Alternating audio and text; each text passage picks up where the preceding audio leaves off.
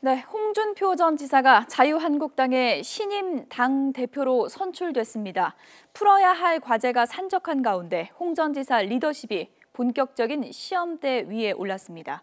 전문가 세 분 나오셨습니다. 이종근 데일리아 논설실장, 차재원 부산가톨릭대 교수, 그리고 양문석 공공미디어연구소 이사장 나오셨습니다. 어서 오세요. 안녕하세요. 이제는 한국당의 친홍 시대가 열린 걸까요? 주제어 보시죠.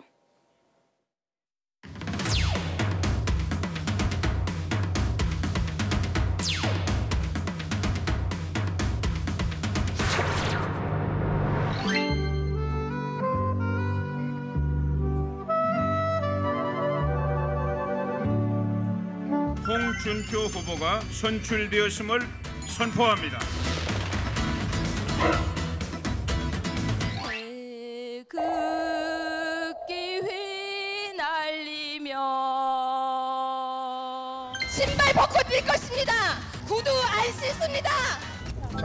잘했어.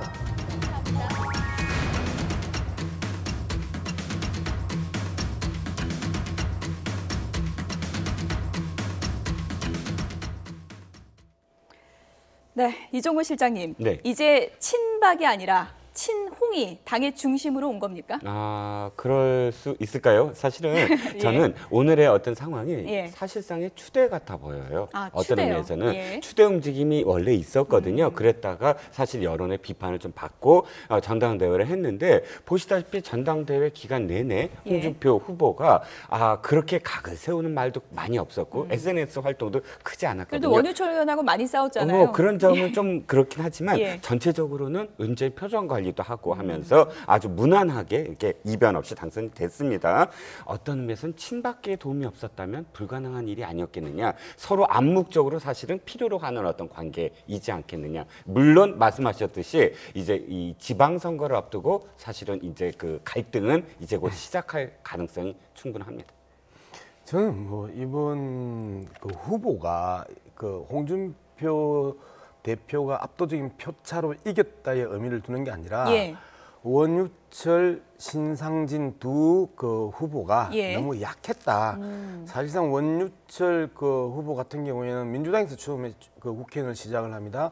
그리고 비박에서 갑자기 박근혜 대통령과 만나면서 신박으로 자칭하면서 끊임없는 변신에 대한 그 불안감들을 줬던 것이고 예. 신상진 후보 같은 경우에는 뭐 그 잘 알려지지 않은 전형적인 무명이잖아요. 이제 그런 측면에서 본다라면 상대했던 후보가 너무 약했다라는 예. 부분이지 홍준표 후보가 그 뭔가를 잘했거나 홍준표 후보에 대한 어떤 큰 기대를 갖거나 그런 건 아니다. 당에 또 마땅한 대안이 없는 것도 현실 그렇죠. 아니겠습니까? 그 친박에서 제대로 후보를 출전시키지 않았던 부분들이 현실적으로 출전을 못 시키는 그 책임자들이잖아요. 그런 측면에서 봤었을 때 그냥 어부지리했다라고 보는데요. 저는 홍준표 대표가 앞으로 예. 한 손에는 막말과 한 손에는 주사파를 들고 계속해서 구태한 이러한 그 보수 재길집을 그 선언을 할 것이냐. 예. 안 그러면 본인이 미국으로 떠나기 전에 신보수주의의 질서들을 잡아야 된다고 하면서 그 신보수주의가 뭔가를 그 이야기하면서 말 그대로 품격 있고 우아한 그 보수의 재구축을 할 것인가는 예. 두고 볼 일이다. 예. 차 교수님, 예. 오늘 이색적이었습니다. 원래 전당대회 하면 사람도 많이 오고 좀 화려한데 감자캐다가 당대표 된 거잖아요. 감자밭 전당대회 어떻게 보셨습니까? 뭐 저는 뭐 이 보수 정당에서 나름대로 이번에 이제 보수 위기를 맞이해서 살아남기 위해서 나름대로 뭐 애를 신경을 많이 쓴 정치적 퍼포먼스라면 저는 좋게 보고 싶습니다. 예. 삶의 현장, 민생의 현장에 직접 가서 이 체험을 하면서 전당대회도 하고 그리고 또 뭐 지금 사실은 어제까지 다 투표가 끝났잖아요. 그리고 오늘 사실 개표하는 일만 남아 있는데 예. 과거처럼 이렇게 당원들 다 모아서 그렇게 비용이 많이 드는 그런 전당대회가 아니라 그래도 이 그 민생의 현장을 찾아가서 그걸 들여다보겠다는 그런 접근 자체는 저는 상당히 뭐 바람직해 보입니다. 그러나 문제는 앞으로 홍준표 대표의 리더십을 가지고 예. 과연 이 지금 그 이 기울어진 웅동양 같은 이 정치 지형 속에서 과연 얼마만큼 자유한국당이 살아남을 수 있느냐의 문제인데요. 그 부분에 대해서는 뭐 여러 가지 전망이 지금 아직 엇갈리고 있는 것 같습니다. 예. 최고위원 그 선출 결과까지 보면은 일단은 친홍 3단계로 꼽힐 수 있는 유여해 최고위원, 이철우 최고위원이 이제 선출이 됐고, 그리고 친박계로 보면은 김태흠 최고위원과 이재만 최고위원이 있지 않겠습니까? 네네, 그렇습니다. 어쨌든 당대표에다 최고위원 2명까지 친홍 지도부가 좀 탄탄하게 꾸려졌다고 볼 수 있는 거죠. 그렇죠. 예. 일단은 뭐 새로 얘기하면 2대2라고 볼 수는 있으나 그럼에도 불구하고 일단 이재만 전 동구청장이죠. 예. 유승민 의원과 같은 어떤 지역구로 이제 이번에 나왔다가 경선도 제대로 못 해보고 예. 일단 그 낙마를 했는데 예. 문제는 이재만 동구청장 같은 경우도 완전히 박근혜 대통령의 지지로서 사실은 그때 이 4.23 총선도 이제 나오려고 했던 어떤 인물이고 좀 전에 잠깐 이제 싱크에서 봤지만 그 유여의 최고위원 같은 경우도 예. 사실은 좀 이렇게 이 퍼포먼스가 굉장히 태극기를 예. 태극기 지지자들을 향한 어떤 그런 그 메시지 뭐런 퍼포먼스가 많았거든요. 예. 그렇게 보면 사실상 아직까지도 친홍이다라고 이야기하기에는 예. 왜냐하면 홍준표 지금 그 신임 대표 같은 경우가 자기의 계파를 지금까지 제대로 만들어 본 적이 없어요. 예. 한 번도 단 한 번도. 그렇기 때문에 이제부터 시작이 아닐까 하는 뭐 그런 생각을 해봅니다. 어쨌든 대선 패배 2달 만에 다시 정치 정면에 복귀했습니다. 홍준표 이제 신임 대표겠죠? 소감 들어보시죠. 문재인 대통령을 만나실 계획이 있으신지. 앞으로 제가 영수회담을 요구하거나 그렇게 하는 일은 없을 겁니다. 얼마든지 언론을 통해서 소통을 할 수 있는데 둘이 만나가지고 문 잠가놓고 무슨 말을 하는지 국민들이 궁금하게 하는 그런 회담을 하는 것은 과거 권위주의 정부 시절에 저는 산물이라고 봅니다. 대외관계를 어떻게 취하실지. 야당 10년을 해봤습니다. DJ 노무현 시절에 10년을 야당을 해봤습니다. 야당을 어떻게 하는지 내만큼 잘 아는 사람은 현재 정치판에 없습니다. 그래서 내가 적절하게 하겠습니다. 그거 다 가르쳐 주면 안 되죠. 내가 야당 10년 했다니까 한미 정상회담에 대해서는 전략적 후퇴를 했다. 그러나 미국이 이 정권의 본질은 알고 있을 것이다. 본질이라고 하면 어떤 거를? 그건 미국 가서 네. 양문석 이사장님, 네. 내가 야당 전문가다, 10년 해봤다, 현대 정치판에 나만 한 사람이 없다 이렇게 주장을 하는데요. 동의하십니까? 그 홍준표 대표가 권위주의 시절의 그 정부 행태를 이야기하기에는 상당히 낯간지러운 측면이 있죠. 예를 들면 경남도지사 시절에 진주어려움 폐쇄하고 그 수많은 그 사람들을 그렇게 무시하고 그다음에 도의원들이 항의를 하면 지나가면서 단식 농성하는데 조롱하고 했던 홍준표 지사가 우리는 홍준표 지사를 기억을 한단 말이에요. 두 번째, 앞서 제가 홍준표 지사의 트레이드 마크가 막말과 주사파팔인데 한 가지를 덧붙이면 반말입니다. 반말. 반말이요. 자, 야당 10년 했다니까? 라고 하면서 기자들의 질문에 대해서 계속해서 반말을 하는 부분이나 대통령 선거 과정에 있어서 자기보다 나이 많은 문재인 후보를 향해서 예의가 있니 없니 따지거나 자기한테 불리하면 딱 또 예의를 따지는 모습들도 참 안 좋고요. 자, 이런 질문 정말 성의 없는 질문입니다. 자, 전략적 후퇴를 했다. 미국이 이 정권의 본질을 알고 있을 거다 하니까 본질이라고 하면 어떤 것을요? 하고 기자가 물어봐요. 그건 미국에 가서 물어봐요.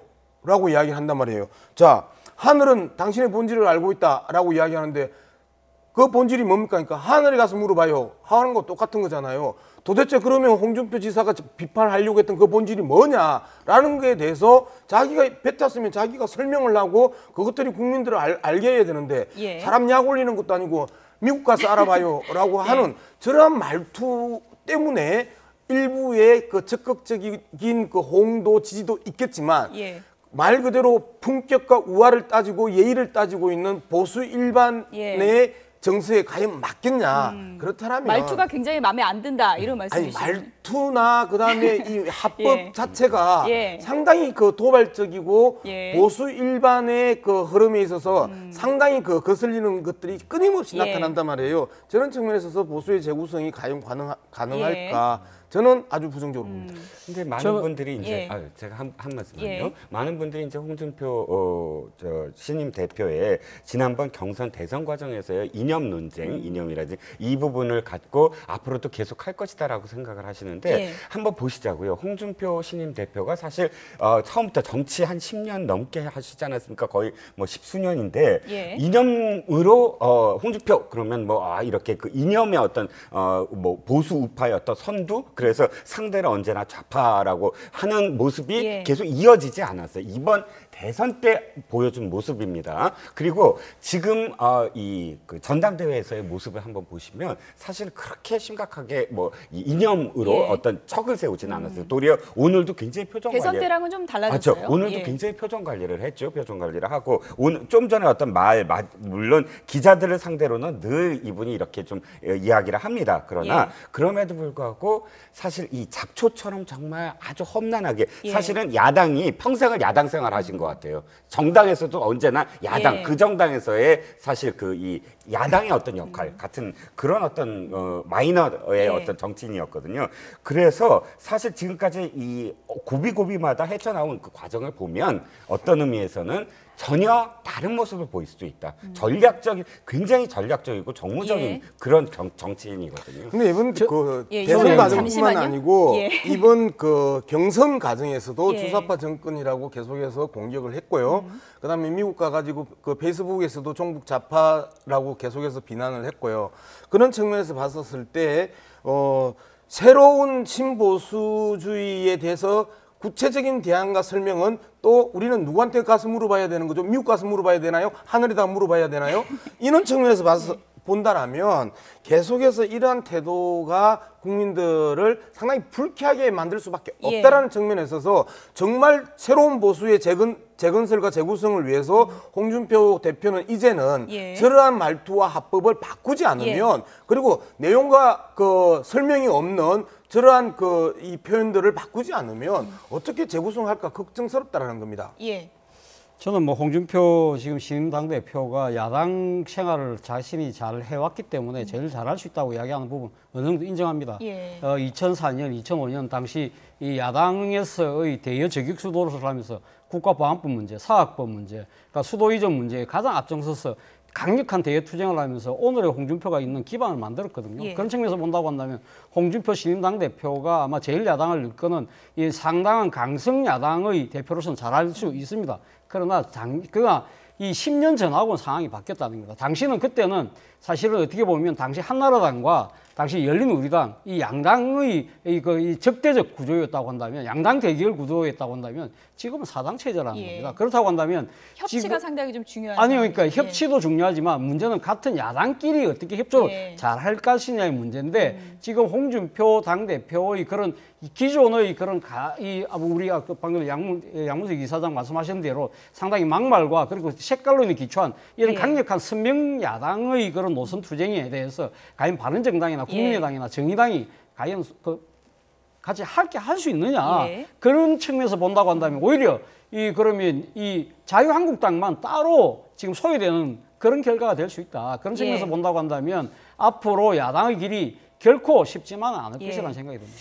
어쨌든 뭐 그래서 내가 야당 전문가니까 적절하게 하겠다고 했는데 이 적절하게라는 형용사가 앞으로 어떻게 되는 건지 좀 구체적으로 지켜보도록 하겠고요. 가장 중요한 만약에 게 그렇게 예. 질문했었을 때 예. 홍준표 대표한테 가서 물어봐라고 예. 하면 기분 좋겠어요?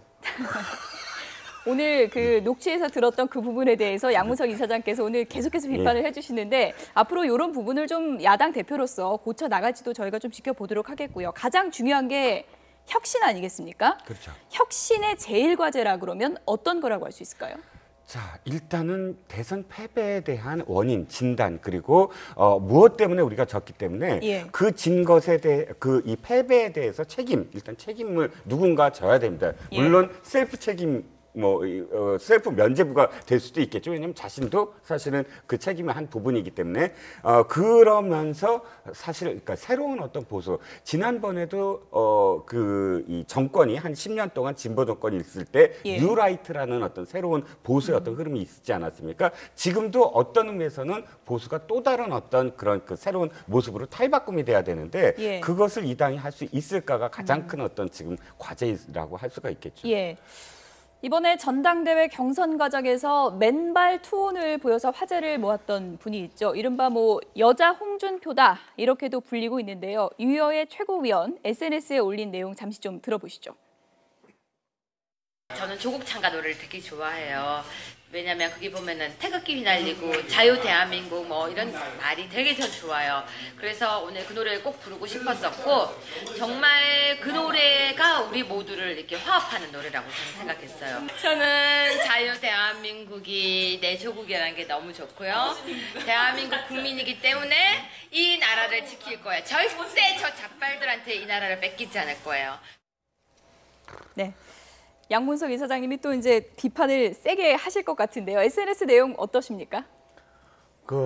참 답답합니다. 현재 바른정당이 정책과 그다음에 건강한 보수, 그다음에 따뜻한 보수를 이야기하면서 복지나 정부의 책임 그리고 협치에 대한 부분들을 계속해서 상식적인 선상에서 이야기를 하고 있는 거거든요. 그런데 아직도 좌빨, 좌빨이라는 표현, 그다음에 홍준표 대표의 그 주사파 정권, 그다음에 친북, 종북 이 이야기가 70년대 패러다임입니다. 80년대부터 본격적으로 그 패러다임들이 무너져 나가는 과정이었었고요. 그리고 김대중 노무현 정부를 거치면서 사실상 통하지 않은 개념이었던 게 이명박 박근혜 정부의 그 또 주요한 그 하두로 끌어내면서 소위 말해서 오늘 김기춘, 그다음에 그 조윤선, 김종덕 이러한 분들이 5년에서 6, 7년의 이 구형을 받는 과정들이 저 이데올로기였거든요. 이미 국민들이 신물날 정도로 많이 듣고 그다음에 어떤 때는 지지해주고 어떤 때는 격렬하게 환호했던 개념이지만 이제 남북 관계나 세계 정세 속에서 정말 30년 전 저 패러다임을 언제까지 가지고 보수를 결집시키려고 저러는지, 도대체 나라를 30년을 얼마나 더 후퇴를 시키려고 저러는지 정말 답답하기 짝이 없습니다. 어쨌든 최고위원이 검색어 1위까지 올릴 정도로 상당히 이제 화제를 모으는 게 이례적인 좀 현상이긴 한데요. 유효의 최고위원에 대해서 상당히 좀 관심도도 높아지고 있는 것 같고요. 자유한국당이 앞으로 좀 어떤 존재가 될 거라고 보십니까? 물론 유여해죠. 유여해 지금 최고위원이 사실 이렇게 신인인데도 불구하고 오늘 2등을 했습니다. 상당히 상당히 압승을 한 셈인데요. 이렇게 한 것이 한국 정치사상에 우리가 찾아보기 쉽지 않은 사례이긴 합니다.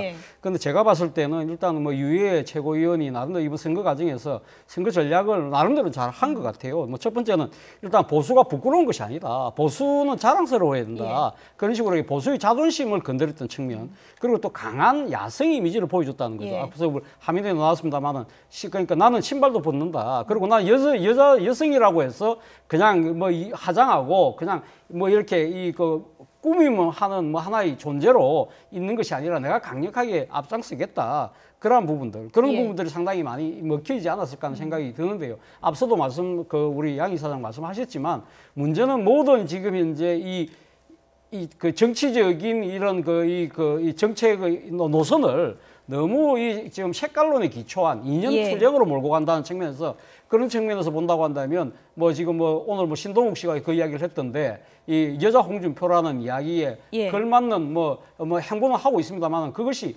과연 이 지금 새로운 이 보수의 이 재탄생을 바라고 있는 그런 그 지지층하고의 코드가 맞을 수 있을지에는 좀 더 지켜봐야 될 것 같아요. 양문석 위원장께서 오늘 여러 가지 부적절한 용어에 대해서 좀 지적을 많이 해주셨는데 그것을 보수 지지층, 그러니까 집토끼 측면에서 본다면 어떻게 보면은 탄핵 사태 이후에 움츠렸던 보수를 결집시키고자 하는 데는 강력한 메시지가 될 수도 있지 않을까 이런 생각도 드는데 어떻게 보십니까? 네. 사실은 지금 좀 전에 교수님께서 말씀하셨지만 어쩔 수 없는 어떤 선택이었다라고 보는 측면도 있어요. 왜냐하면 지금은 일단 집토끼들을 추스려야만 그 다음에 확장성도 생각할 수 있는데 이미 패배를 했기 때문에 패배에 대한 어떤 그 후유증 또는 그 이후에 전혀 구심점이 없는 상황, 정당이 그런 상황들 속에서 사실은 이런 어떤 신인 또는 이 새로운 어떤 초재선들의 목소리 이런 활기가 좀 필요한데 예. 지금 사실 활기가 안 보이거든요. 그나마 물론 이렇게 좀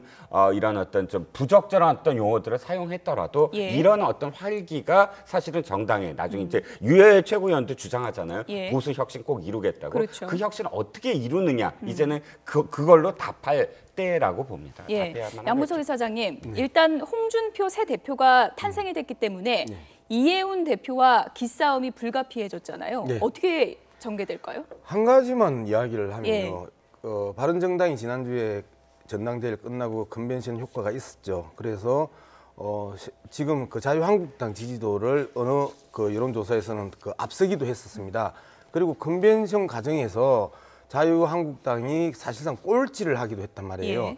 이 과정들에 있어서 우리가 뭐를 바라보느냐, 어떤 사람이 됐냐가 중요한 게 아니라 그 당이 갖고 있는 철학이 뭐냐, 정책이 뭐냐. 그런데 현실적으로 유해 그 최고나 그다음에 홍준표 대표를 보면서 전형적인 철학의 빈곤을 보는 것이고 정책의 빈곤을 본단 말이에요. 그러면 도대체 어떤 내용으로 보수를 혁신할 것인가? 그다음에 보수를 결집을 하고 혁신을 하고 또다시 성장을 시킬 것인가 하는데 그 철학과 정책이 안 보이는 상황에 있어서 30-40년 전에 구태를 가지고 계속해서 그 프로파간다를 하고 선동을 하고 당선이 되는 과정들을 본다라면 예.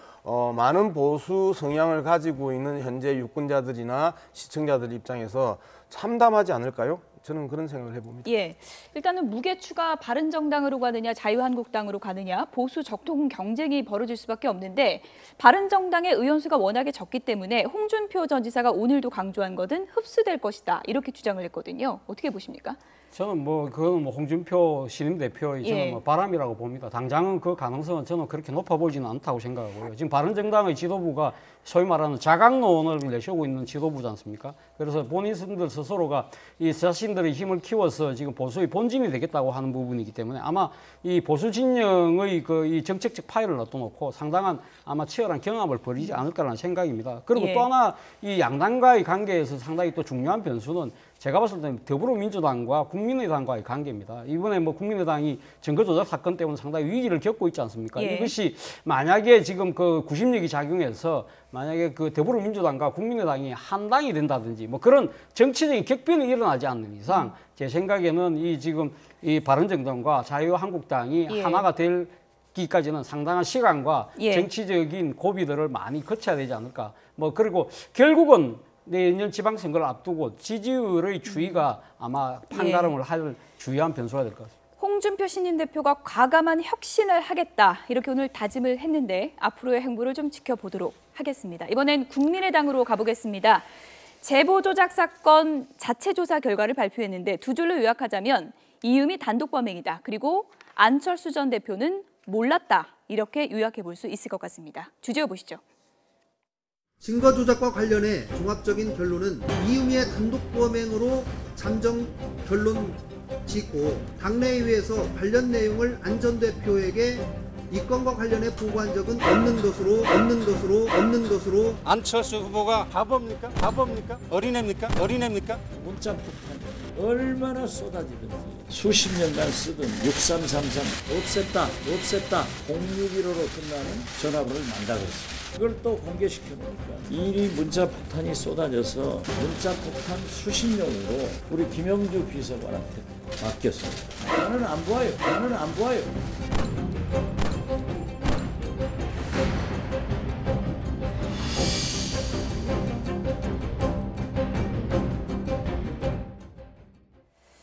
네, 이음희 씨 단독 범행이다. 검찰 수사는 이제 별도로 이뤄지게 되는 거고요. 국민의당 자체 조사 결과는 이렇게 결론을 냈습니다. 어떻게 받아들여야 될까요? 일단 국민의당 자체 조사라는 것이 어떤 사법권이 없잖아요. 예. 그러니까 무슨 증거라든지 이런 것을 캐낼 수는 없습니다. 그러면 당사자들의 증언 을 갖고 사실 그 증언으로 이것이 사실이다라고 이야기하는 것이니까 어디까지 국민들이 믿어야 될지는 사실은 국민들 개개인의 어떤 판단이겠지만 네. 그럼에도 불구하고 오늘 이 김관영 단장의 어떤 발표는 상당히 의혹을 더 증폭시키는 부분이 더 많았다는 거죠. 어떤 면에서 그런가요? 이를테면 예. 이런 부분들입니다. 5명이 6월 25일 날 모입니다. 이용주 단장을 비롯해서 이유미 씨까지 이준석 예. 최고위원, 김성희 부단장까지 해서 그래서 5명이 모이는데 4명이 똑같은 생각을 갖고 있고 이유미 씨가 지금 진술을 하고 있는데 어떤 진술을 했냐면 단독 범행이라고 진술을 했다라고 예. 한마디 합니다.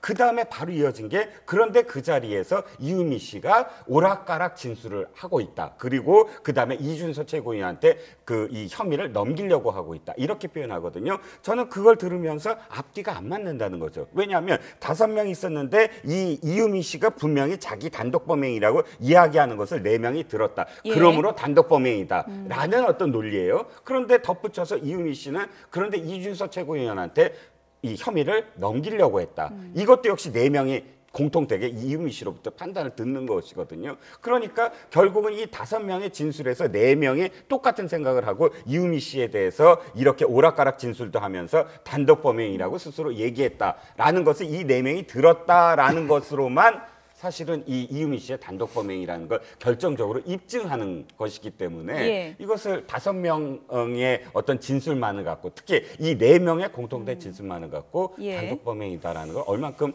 신뢰할 수 있겠느냐는 거죠. 일단 이번 조작의 장 본인이죠. 이유미 씨가 안철수 전 대표와의 그 연관성 이 부분에 대해서 상당히 이제 관심이 쏠리고 있는데 이유미 씨가 안철수 전 대표에게 문자를 보낸 것으로 알려져서 이 부분도 상당히 좀 의혹을 샀었죠. 그 내용은 이렇습니다.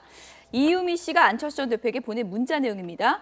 제발 고소 일괄 취소 부탁드린다. 이 일로 구속까지 된다고 하니 저는 정말 미치도록 두렵다. 죽고 싶은 마음이다. 이렇게 썼고요. 그리고 절박한 마음으로 부탁드립니다. 이렇게 썼습니다. 하지만 안철수 전 대표는 이 문자에 대해서 답장을 안 한 것으로 알려졌습니다. 양우석 이사장님, 예. 답장을 왜 안 했을까요? 이거는 뭐 추측이겠지만요. 자, 이 시점까지 예. 제보 조작이라는 부분에 대해서는 안철수 대표가 모르는 시점입니다. 현재까지 발표된 시점으로 보면 그죠? 그런데 그 외에 죽고 싶은 마음이다라고 하는 표현들은 정말 절박하고 마지막 호소거든요. 예. 왜 그러면 이 부분에 대해서 안철수 대표는 대답을 하지 않았을까? 이유미를 모르는 것도 아니고 66일의 그 동행이라는 책을 쓴 저자이기도 하고 예. 자신의 가르쳤던 또 제자이기도 하고 카이스트 제자이기도 하고 이제 이런 측면에서 본다면 현재 안철수 전 대표의 침묵이 상당 부분 그 곤혹스러울 수 있는 침묵일 수도 있다. 예. 계속해서 뭐 김성호 전 의원 같은 경우에는 안철수 대표가 아냐, 어린애냐, 바보냐라고 이야기를 하고 그다음에 김민원 그 전 부단장 같은 경우 변호사 같은 경우에는 법적인 책임은 없다라고 예. 이야기를 하나 왜 안철수 전 대표는 이러한 여러 가지 이뿐만 아니고 이준서 전 최고가 5분 동안 독대했다면서요. 독대했는데도 그 제보 조작에 대해서 이야기를 안 했다도 이해가 안 되지만 죽고 싶은 심정이라고 이야기를 하면서 자신의 제자가 애달게 이야기를 하는데도 답장을 안 했다. 이런 부분들은 많은 국민들이 그리고 이걸 듣고 있는 우리는 예. 뭔가 안철수 대표에 대한 의심을 할 수밖에 없어요. 이걸 안철수 대표는 빨리 예. 끊어줘야 되는 게 현재 정치적 책임이고 그다음에 당에 대한 기본적인 봉사다라고 저는 보는 겁니다. 어쨌든 당 조사 결과 발표에서는 문자를 여러 차례 보냈지만 안 전 대표는 답장을 하지 않았고 이번 조작 사실에 대해서도 사전에 전혀 알지 못했다. 이렇게 결론을 냈는데요. 당 관계자들이 오늘 어떤 얘기를 했는지 먼저 좀 들어보시죠. 당시엔 저희는 이것이 사실로 알았습니다. 지금도 저는 이 사실이 정말 믿기지 않습니다. 정말 비참하고 참담하고 자괴심이 느껴지고 나아가서 분노심까지 치밀고 있습니다. 이 조작 사건으로 인해서 그동안 저희 당에서 계속 의혹을 제기해왔던 이 문준용 씨의 특혜 취업 여부가 그 진실이 가려져서도 안 되고요. 이걸로 인해서 가려질 수도 없다고 생각합니다. 제 마지막 심정을 말씀드리면 그 종기재판을 받고 나왔던 갈릴레오 갈릴레이가 한 말이 있습니다. 그래도 지구는 돈다. 이 말을 남기고 퇴장을 했습니다. 제 마음을 대변하는 말이라고 하고 싶습니다. 이준서, 이유미 씨 자체를 모르기 때문에 모르는 사람하고 무슨 조작을 하겠습니까? 나에게도 국민의당에도 조작은 없습니다. 조작은 국민의당을 비난하고 싶어하는 사람들의 마음속에 있는 겁니다. 안철수 후보가 바보입니까? 어린애입니까? 조작 사실 알았다면 그걸 기자회견 하도록 허용을 하겠어요? 제가 아는 안철수 후보는 대한민국 정치인 중에서 가장 양심적이고 가장 믿을 수 있는 정치인입니다. 한번 믿어보세요. 네, 안철수 전 대표가 바보입니까? 이렇게 반문하면서 안철수 전 대표에 대해서는 당 관계자들이 모두 하나같이 이렇게 좀 비호하는 듯한 그런 느낌을 받을 수가 있는데요. 어떻게 들으셨습니까? 사실 안철수 전 후보 같은 경우는 지금 국민의당 입장에서 본다고 하면 볼리그에서 킹핀과 같은 존재죠. 만약에 킹핀이 쓰러지면 모든 핀이 다 쓰러질 수밖에 없는 상황이지 않습니까? 그렇기 때문에 가급적이면 안철수 전 후보의 이게 번지는 의혹을 차단하려고 하는 수밖에 없는 상황입니다. 제가 봤을 때는 안철수 전 후보가 앞서 이 당 관계자들 말씀하신 것처럼 이 조작 사실을 미리 알지는 못했겠죠. 알고 그것을 하라고 했다면 앞서 말씀하신 것처럼 어린애도 아니고 바보가 아닌 이상 그렇게 할 수는 없는 건데 문제는 이 사건이 터지고 난 뒤에 지금 그 대처하는 부분입니다. 5월 24일 날 이준서 전 최고를 만났다고 하지 않습니까? 이준서 최고가 만나러 갈 때는 이유미 씨의 조작 사실을 알고 만나러 간 거거든요. 그런데 가서 무슨 이야기했냐면 고소고발 부분에 대해서 당에서 너무 지금 케어를 안 해주고 있다.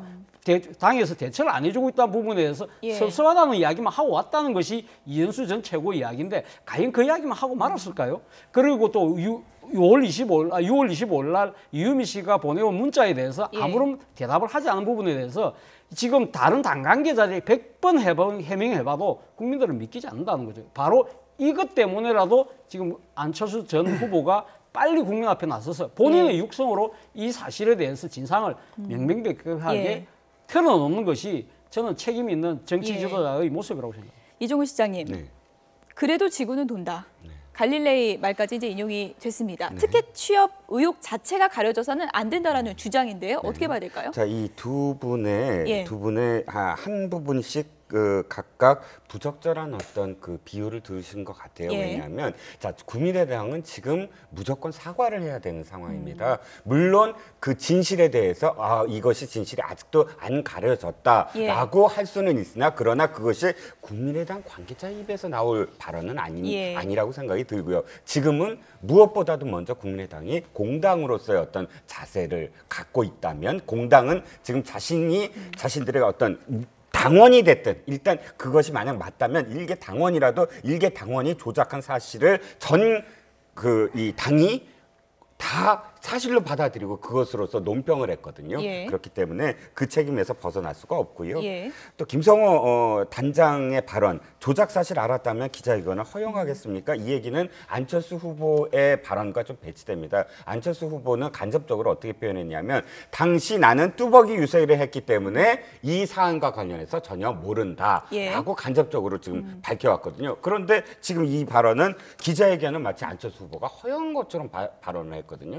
그래서 이것도 사실은 부적절했다라고 봅니다. 안철수 전 대표가 침묵을 이어간다면 박지원 전 대표는 기자간담회까지 열고 상당히 상세하게 결백을 주장했습니다. 들어보시죠. 이준서 전 최고위원이 저한테 카톡 캡처한 문자를 보냈다라고 하니까 이걸 찾아봤어요. 찾아보니까 여기에 왔어. 이렇게 이게 뭐 12개다 이것은 한꺼번에 이렇게 보낸 거예요. 이게 이제 왔단 말이에요. 그러니까 이준서랑 통화한 건 전혀 기억이 안 나요? 전혀 기억이 안 나요. 그래서 김갑수한테도 김갑수 오늘 아침에 통화 기록 가지고 왔어. 너는 혹시 기억나니? 자기도 기억 안 납니다. 그런데 이준서 말이 김관영한테 보냈다. 그리고 간단하게 하고 끝냈다는 거예요. 박지원 전 대표와 2개의 휴대전화, 그러니까 박지원 전 대표가 오늘 기자들 앞에서 휴대전화 2개를 들고 문자 폭탄 쏟아져서 내가 이거 쓰다가 비서관에게 맡기고 이렇게 여기 바이버로 내용이 맞고 상세하게 이렇게 기자간담회를 열었습니다. 안철수 전 대표랑은 상당히 좀 비교가 되는데요. 어떻게 읽어야 될까요?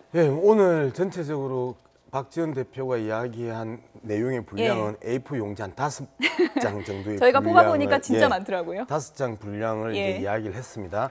박지원 전 대표의 특징이 수첩 안에 꼼꼼히 기록하는 분입니다. 이분이 DJ 이후에 예. 끊임없이 송사에 걸리면서 저 수첩으로 다 살아나왔거든요. 예. 그리고 예를 들면 제가 들어가면 예. 제가 들어온 시간부터 딱 그 나간 시간까지 적어 놓습니다. 그런 것까지 그래서 적습니까? 예. 그 박지원 전 대표의 수첩은 예. 모든 것들이 다 들어가 있다. 예. 그래서 자신 있다는 이야기죠. 그리고 실질적으로 지도부는 몰랐다. 뭐 본인 스스로가 끊어나가는 과정에 있어서 본인만 끊어가는 게 아니라 예. 안철수 대표나 그 당시에 공동선대위원장들을 다 이 혐의에서 지금 끊어나가는 과정이고 실무진의 책임이다. 그리고 빨리 솔직하게 고백하고 사과하라라고 자기가 계속해서 이야기했다고 하는 내용들을 본다라면 예. 오히려 안철수 전 대표의 침묵보다 박지원 전 대표의 적극적인 해명과 그다음에 그 당의 스스로의 고백들을 그 촉구하는 모습들이 국민들에게 책임감 있게 보이는 일종의 공당으로 좀 자신감으로 볼 수 있을까요? 저는 자신감이라고 보는 거죠. 예. 박지원 전 대표가 이렇게 상세하게 해명했지만 안철수 전 대표는 긴 시간 침묵을 이어가고 있는데요. 이렇다 보니까 이 침묵에 대해서 비판적인 목소리도 이어지고 있습니다. 들어보시죠. 그 한 사람이 어설프게 만든 녹음 파일 하나만 가지고 그때 발표했던 그분들이 제보자와 이메일 연락 한번 안 해보고 그냥 속았다. 이것은 상식적으로 말이 안 되지 않습니까? 지금 뭐 눈치를 보다가 상황 보고 어느 정도 종료가 된 후에 거기에 맞춰서 사과하겠다. 이런 꼼수라고 할 수 있는데 정치적으로 이 스스로 자멸하는 그런 상황이라고 저는 봅니다. 박지원 의원이나 박주선 의원 그런 분들이 뭐 오히려 적반하장격으로 화를 내시면서 민주당을 비난하시는데 그분들은 지금 누가 가해자고 누가 피해자인지를 벌써 잊으신 것 같고요. 예. 그러니까 정치적으로 자멸하고 있다 이렇게 얘기를 했고 또 이상돈 의원도 언론 인터뷰에서 이미 안철수 전 대표 때가 늦은 것 같다 이렇게 또 비판을 했습니다. 예, 뭐 사실 뭐 안철수 전 후보 입장에서 본다고 한다면 사실 사건의 진상이 완전히 드러나지 않은 상황에서 섣부른 뭐 이렇게 사과나 해명을 했을 경우에 또 다른 정치적인 그 구설수나 논란을 낳을 수 있다. 그렇기 때문에 아마 신중한 입장을 아마 견제해온 것 같습니다. 그러나 지금 당 차원에서 진상조사가 이제 끝났다고 이야기를 하고 있지 않습니까? 본인 그 당 차원에서 이제는 명명백백하게 지금 이 상황을 다 국민에게 공개한 입장이라고 한다면 저는 최소한 오늘쯤에는 안철수 전 대표께서 전 후보께서 직접 나와서 앞서도 제가 말씀드린 대로 본인이 육성으로 이 부분에 대해서 해명할 건 해명하고 책임질 건 책임진다는 이야기를 하는 것이 맞는 것이 아닌가 하는 생각입니다. 저는 좀 더 나아가서 본인이 사실은 좀 이 검찰 조사도 내가 자청하겠다는 그러한 모습을 보이는 것이 국민의당을 지지했던 사람들, 그 새정치를 기대했던 많은 그 지지자들한테 대한 하나의 태도가 아닐까 하는 생각이 듭니다. 아무튼 오늘 국민의당 조사 결과와 후에 검찰 수사 결과가 일치하는지 이 부분도 좀 따져서 보는 것도 중요한 부분일 것 같습니다. 끝으로 다른 얘기를 좀 간략하게 해보겠습니다. 문재인 대통령이요.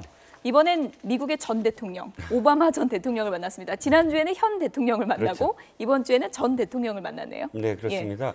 악수가 또 이제 화제가 됐죠. 그러니까 트럼프 대통령과의 악수, 뭐 오바마 대통령, 전 대통령과의 악수, 뭐 비교하는 뭐 보도도 나왔는데 이건 사실상 어떤 모 신문이 이 아시안 리더십 컨퍼런스인가요? 그런 어떤 행사로 오바마 대통령을 초청을 했어요. 그래서 사실 이 오바마 대통령이 3년 만에 온 김에 청와대까지 초청을 해서 만났고 이명박 대통령도 사실은 오바마 대통령과 그 13차례나 이제 만났던 현직에서 그래서 이제 이명박 대통령도 오바마 대통령과 이제 만나는 어떤 자리를 마련했던 것 같아요. 이명박 전 대통령이 뭐 SNS에 친히 또 글도 올리셨더라고요.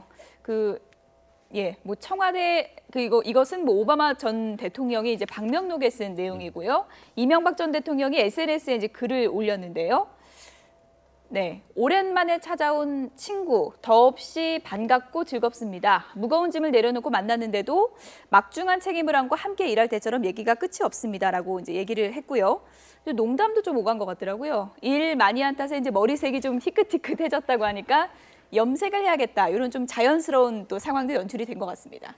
네, 전직 대통령이니까 이제는 정말 그야말로 무거운 짐을 다 내려놓고 예. 서로 이제 농담을 할 수 있는 그런 어떤 장면이었는데 사실 우리 보면 참 재밌는 게 예. 우리가 진보 정권이면 저쪽은 보수 정권이에요. 예. 언제나 그렇게 서로 우리가 보수 정권이면 저쪽은 진보 정권이고. 근데 그럼에도 불구하고 두 분의 어떤 케미가 나쁜 건 아닌 것 같습니다. 예, 오늘 보니까 문재인 대통령과 오바마 전 대통령도 케미가 상당히 좋던데요. 네. 트럼프 대통령과 비교해 보면 어떠셨습니까? 뭐 어쨌든 예. 이 현직과 전직이 가져다 주는 무게는 엄청나게 큰 것이었고요. 그런 큰 것에 비해서 오히려 오바마 대통령은 좀 편한 예. 문재인 대통령의 편한 사람인데 한 가지만 여기서 지적할 부분이 있습니다. 맥케인 상원의원이 방한이 무산됐었을 때 한미 관계에 있어서의 상당한 균열이 일어나는 것처럼 예. 그리고 청와대가 상당히 결례를 한 것처럼 많은 비판들이 있었는데요. 오바마 대통령이 방한하면서 상당히 기습적으로 방한을 했다라고 볼 수 있거든요. 국민들 예. 입장에서는. 그리고 이명박 전 대통령과 문재인 현 대통령을 만나는 모습들을 보면서 또 하나의 지미 커트를 우리는 기대하게 되는 예. 거죠. 그리고 전직 대통령들끼리의 만남, 한미 간의 전직 대통령들끼리의 만남도 상당히 좀 이례적인 일인데요. 이 모습도 또 한미 간의 우호를 다지는 데 있어서는 좀 긍정적인 장면이 아니었나 그런 생각도 들더라고요. 그렇죠. 아까 예. 우리 이 실장께서 말씀하셨지만 오바마 대통령과 이명박 전 대통령 두 사람은 사실 국제 여러 가지 그 회의 무대에서 자주 만났던 사이였고 예. 그리고 또 한미 동맹이 혈맹으로 맺은 사이라고 한다고 한다면 전직 대통령들이 당시 현직으로 있을 때 맺었던 우정이 오래 갈 수밖에 없는 거죠. 다만 아쉬운 점은 오바마 대통령 이번에 와서 또 다른 전직 대통령 한 분 계시잖아요. 박근혜 전 대통령을 만나보고 싶었겠죠. 예. 전혀 거기에 대해서 말을 안 했던 경우는 박근혜 전 대통령이 지금 당하고 있는 정치적 상황을 누구보다 잘 알기 때문에 예. 본인 스스로가 말을 안 한 것 같지만 예. 어쨌든 우리 한국의 그 비극적 정치 상황을 또 다른 측면에서 우리가 또 한번 들여다보는 하나의 계기가 되었던 것이 아니냐 하는 생각이 듭니다. 예, 여기까지 듣겠습니다. 이종근 델리아 논설실장, 차재현 부산 가톨릭대 교수, 그리고 양문석 공공미디어 연구소 이사장 세 분이었습니다. 고맙습니다.